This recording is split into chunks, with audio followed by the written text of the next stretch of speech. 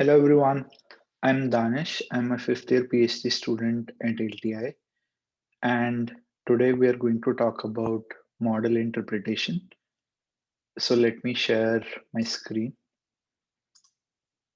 So the goal of today's recording is to just give you an overview of the field, and we will discuss specific aspects during class hours. So let me begin by giving you an example, and that hopefully illustrates why we should care about interpretability. So this is in late 1990s where people set out to identify high risk patients because there was an acute shortage of beds. So they were trying to estimate high risk patients so that they could be admitted while low risk patients could be treated as outpatients. And the task they were modeling it was to predict the probability of death for patients with pneumonia. And now, if the probability of death is above a certain threshold, then they would deem it as high risk. And even back in the day, they found that neural networks were indeed very accurate, more accurate than other models like logistic regression. And before actually using it and deploying it, someone suggested that why don't we use a simpler model so that we could also learn about the underlying trends. So they applied a rule based classifier and they found out a rule which suggested that if you have asthma, you are in lower risk. Now, this is both counterintuitive and bothersome because any medical practitioner will tell you that actually having asthma does not mean that you're at lower risk. In fact, it means you're at higher risk. So, how did it come to be the case? So, I would urge you to maybe pause the video and think for yourself that why such a trend would exist.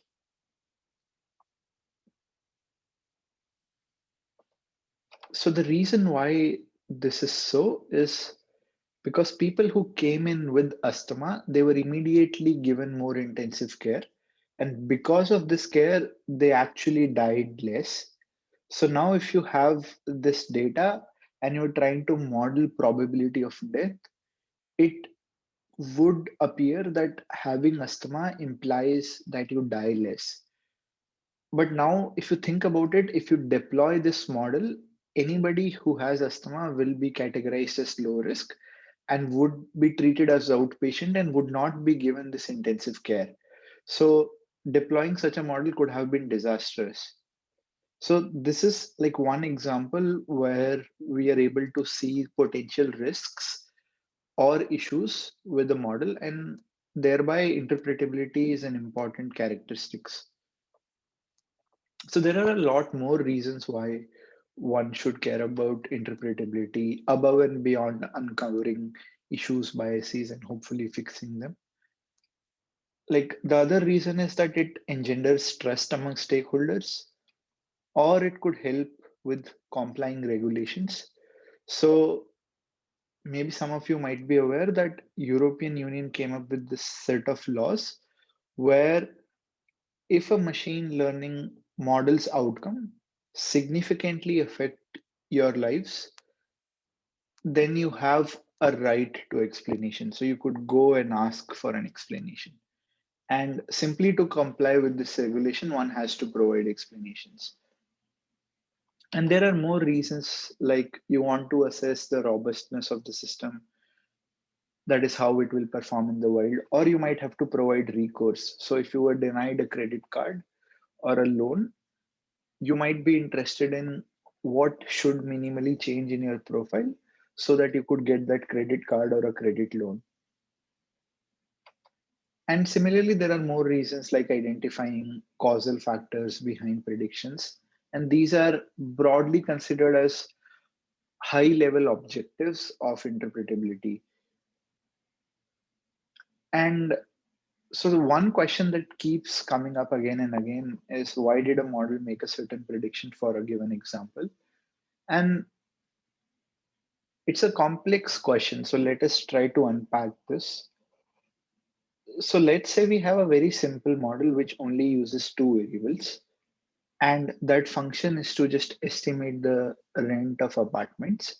And the two variables are the area and the population density of the neighborhood. And let's say through some training examples, you learned these parameters. And to give you an example, let's say if the area of your apartment is 750 square feet and the population density, let's say in Pittsburgh, is around 5,000. So your apartment would be estimated to have 1,500 plus 50 rent.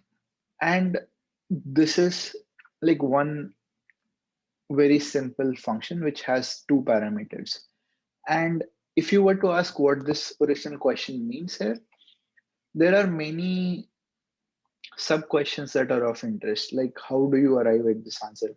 Like what is the mechanistic detail of how this function is actually computed? And in this case, it's so simple relationship between the input and the output that anybody could like understand this function, write it down on a small piece of paper, or even simulate this function on unseen houses. So this is a very simple function. People might inquire about, let's say, relative importance of features. So is the area more important or the density more important?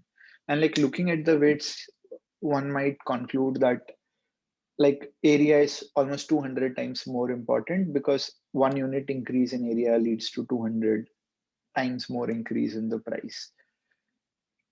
And similarly, people might dig deeper and ask, why did we end up with these parameters?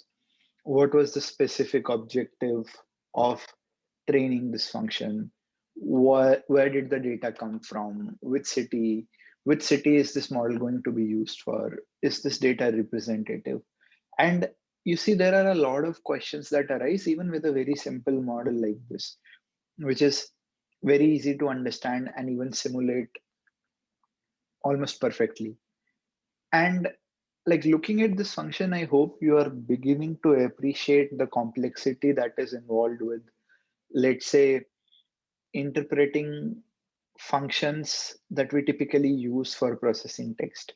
Those functions have millions and billions of parameters. This function only has two parameters. And thereby, these questions are a lot more complicated, and understanding the function and even hoping to simulate the function is a very difficult task.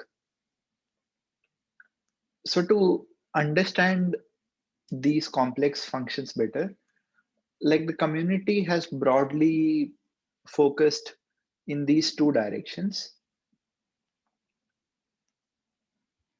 So one of the direction is what is the model learning? So this tends to hope for a better global interpretation. And also people are interested sometimes in explaining a particular prediction. So a particular email to your advisor was labeled as spam. Why did it go into the spams folder? You are interested in asking those kind of questions. So this sort of interpretation is very local in nature, very much geared towards the input example and so on. Whereas in the first case, you're more interested in a more broader picture. So let's dive deep into what the model is learning. So one of the most commonly used techniques to answer such questions is probing. And many of you might be aware of probing. So let me give you a quick rundown of what probing is. So let's say you have certain input representations and you have a query vector, you do attention, and now you have a sentence embedding or a sentence representation which you are using for some downstream task. And let's say you are interested whether this particular model, which is let's say used for machine translation, has any notion of tense. So what you could do is you could take this representation and build a lightweight classifier to predict tense. And if on unseen examples, you are able to build a classifier that is accurate.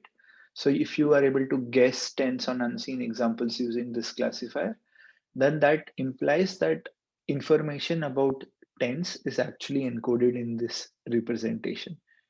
And this whole operation is typically known as a probe. So you could probe for tense or you could probe for other properties that are of interest to you.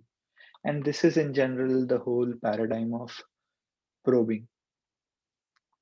So let me give you one concrete example. So this is again talking about neural machine translation. And this is an example from this paper from early probing days in 2016.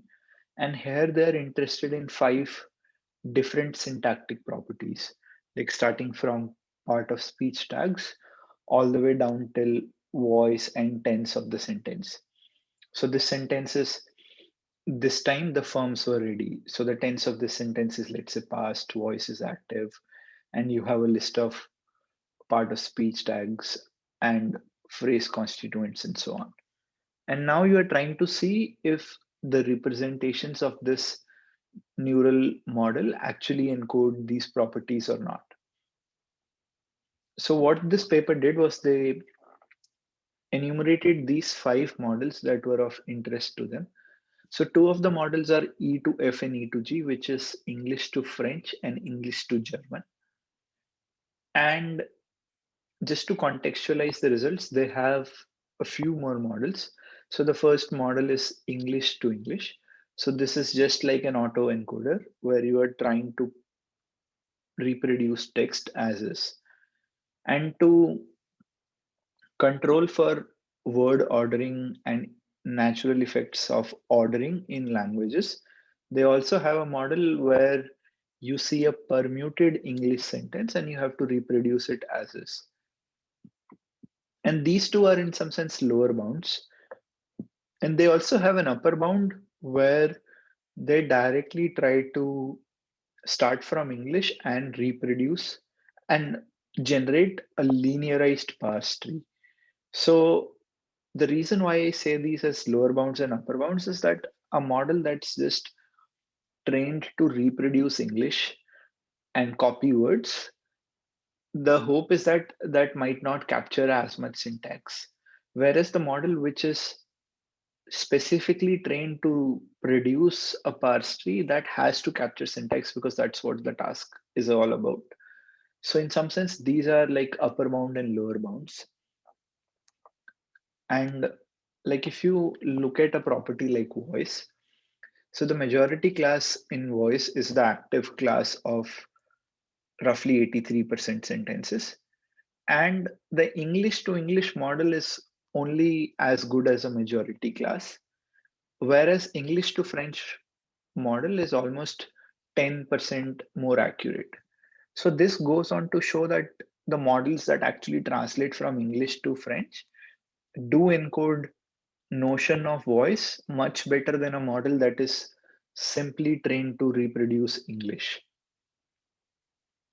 And they did a similar analysis for all the 5 properties of interest.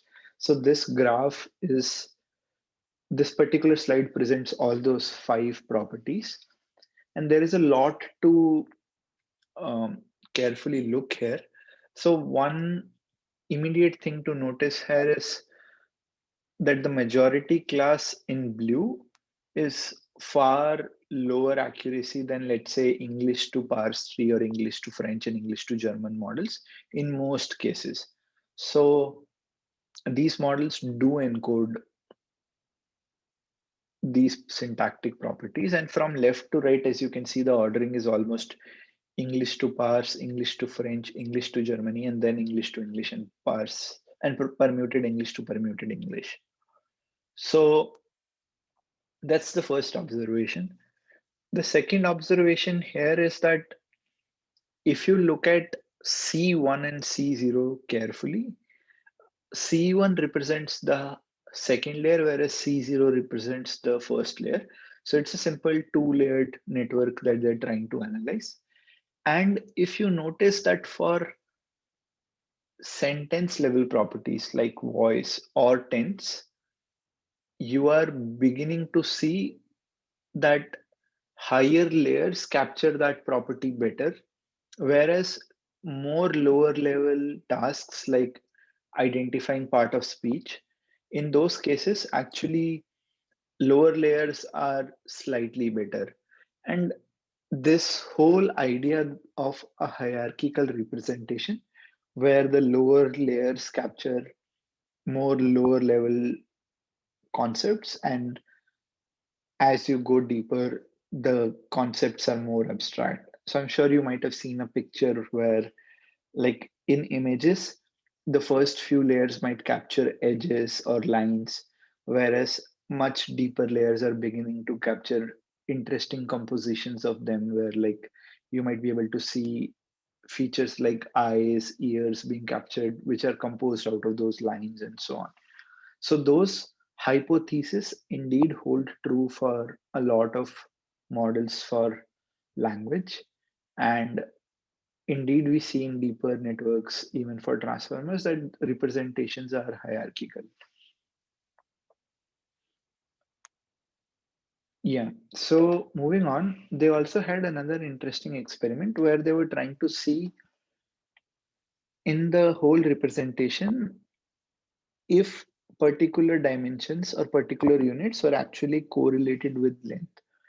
And very surprisingly, they found this 109th unit, which you see is almost highly correlated with length.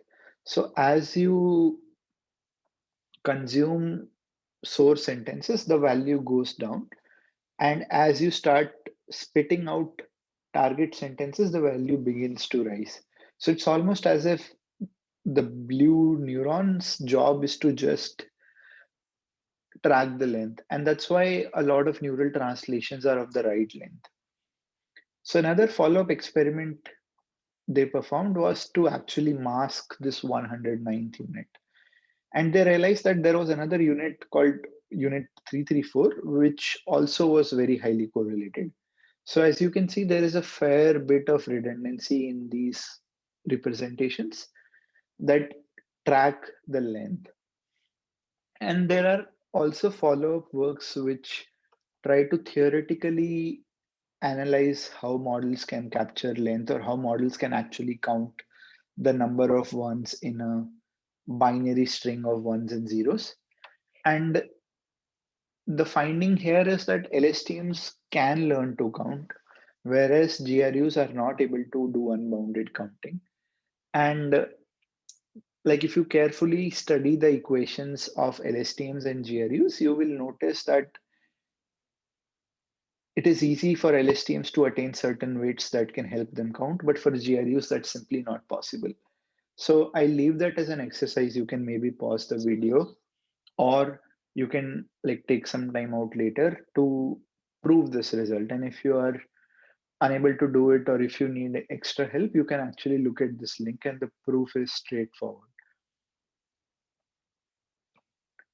So also, while probing is extremely popular and a lot of work and effort has gone into it, there exist several issues with probing. The first one being pointed out by Hewitt et al. They ask that, did I interpret the representations or my probing classifier learned the task itself? So to understand this more carefully, let's say you have a camera phone and you are clicking all sorts of pictures, and later you have a large set of images from your camera roll, and now you have the representations coming in from camera. Let's say those are pixels that you can see, and if you try to probe those pixels to do some tasks, like is it a cat or a dog, is the background sunny or rainy, and you will be able to do it if you have enough training data and if your models or probing classifiers are powerful enough. This does not mean that your camera now understands the difference between cats and dogs, or your camera now is smart enough to understand rainy versus sunny backgrounds. All your camera is doing is it is encoding all the information as is, and your probing classifier is so powerful in itself that it can actually learn the task in itself. So the models or the representation from camera is like not special that it encodes water cats or not, but your probe itself is so good that you can do it. And this is like a genuine criticism, and there have been follow-up works which we can discuss in the class, which mitigate this specific issue. The other problem is that you can only probe for properties that you are looking for and for which you have data. So to train a probing classifier and see whether it actually can detect tense or not, you need to have some supervision and you need to know that, okay, tense is of interest to me and that's what I'm going for. Lastly, there also exist other problems like probing only tells you that the information is actually encoded, or rather the information is present and can be retrieved, but it does not tell you whether that information is actually being used for the final prediction. So people have found out that in many cases, like you might be able to achieve a high probing accuracy for tense, but nonetheless model gets tense wrong. So if this is a machine translation model, the target tense in French might be wrong, but the probing accuracy is still very high. So the information can be retrieved, but it is not being effectively used. And there are more problems and shortcomings, and there are also a lot of promises. This particular opinion piece by Jonathan is a very good one, and I recommend people to check it out. And it has a very elaborate discussion on the topic. So moving on, like before actually we go to the next stage, I just wanted to point out this link. This link has in a tabular form a lot of probing papers, and across different papers you will be able to see what papers are trying to verify for and what are the models. And this particular table is a very big table, so you will be able to see how much work has gone into probing. Okay, so let's move to the second part where we're trying to explain the prediction on an instance level. So you have, let's say, an email which was detected as spam. You want to understand why spam.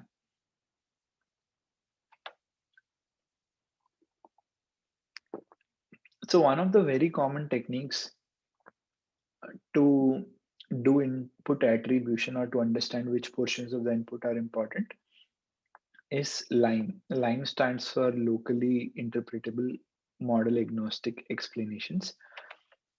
So the basic idea behind LIME is that, let's say you have this red point, which is your email, let's say that you're trying to explain. And the whole decision boundary is very complicated and, as you can see, extremely curved and hard to interpret. So what this technique suggests is that you sample points around this particular point, and using those points, some of them might be plus in red and some of them might be circles in blue. And if they're closer, they are weighed more. And you can build a simple linear classifier that is only accurate locally. So this particular classifier is not useful if you go far away from this particular point, but just in the local neighborhood, this classifier is maybe accurate. And now you can interpret this linear classifier because linear classifiers are easy to interpret. So this is in a nutshell what line does. And like from a lot of qualitative examples in the paper, like one can see, like for instance, here they're trying to predict, looking at this email, whether this was sent to an atheism news group versus a news group meant for Christians. And the blue words point towards affiliation with atheism. And like you might be able to see here, like one artifact of the dataset here is that, like if your email contains an educational address like edu, then it's much more affiliated to atheism. So these are kind of trends that you want to tease out. And there are a lot of other explanation techniques or attribution techniques, and many of them are based on gradients. So one extremely simple technique might be just looking at the norm of gradients. Um, or you can look at gradient times input, or there are other methods like integrated gradients, deep lift, and so on. And we can maybe discuss some of these in class. And integrated gradients, I think, is also very popular. So the philosophy behind integrated gradients is that whenever you are trying to explain a particular input, they say that you should always explain it with respect to a baseline. So, and depending upon the baseline, the explanation might be very different. So, if your baseline is, let's say, all black image and you want to know why a dog, then maybe very obvious things might come out. But if you're trying to compare, let's say, two dog breeds and your baseline image is one dog image and you want to see from that image what is different in that other image that actually makes it a different breed of dog. So what this particular technique does is it actually integrates all the gradients starting from the baseline image to the image that you are trying to interpret. So in steps of small sub points, it will actually sample a lot of images, compute gradients over them, and then integrate it. So this is what integrated gradients does. And all of these techniques are, I think, very widely used. This is the layer wise propagation, deep lift, and so on. And one interesting question that I would urge you to think about, and we can discuss this in class, is that we've already seen 5 different techniques of attribution, and let's say there is attention, which people use as well. How do you compare and evaluate which technique is better? Somebody says that this is the technique that you should use, whereas someone else says that no, this is a better explanation. How do you quantitatively evaluate it? And this is something we'll discuss in class as well. For now, you might already be aware that attention is actually a very popular technique to do some sort of attribution. So, like here in the image captioning task, as you can see, when the word stop is being decoded, attention is high on the billboard that actually says stop.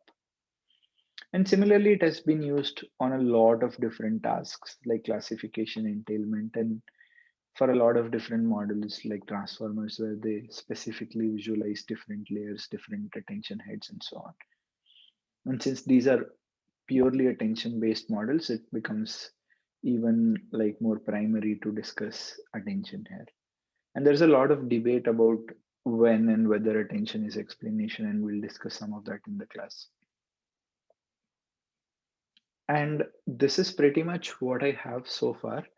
And this is meant to like maybe make you curious about the topic and go check out the references. And I'm looking forward to meeting people in the class and having a detailed discussion about some of these topics. So thank you, everyone.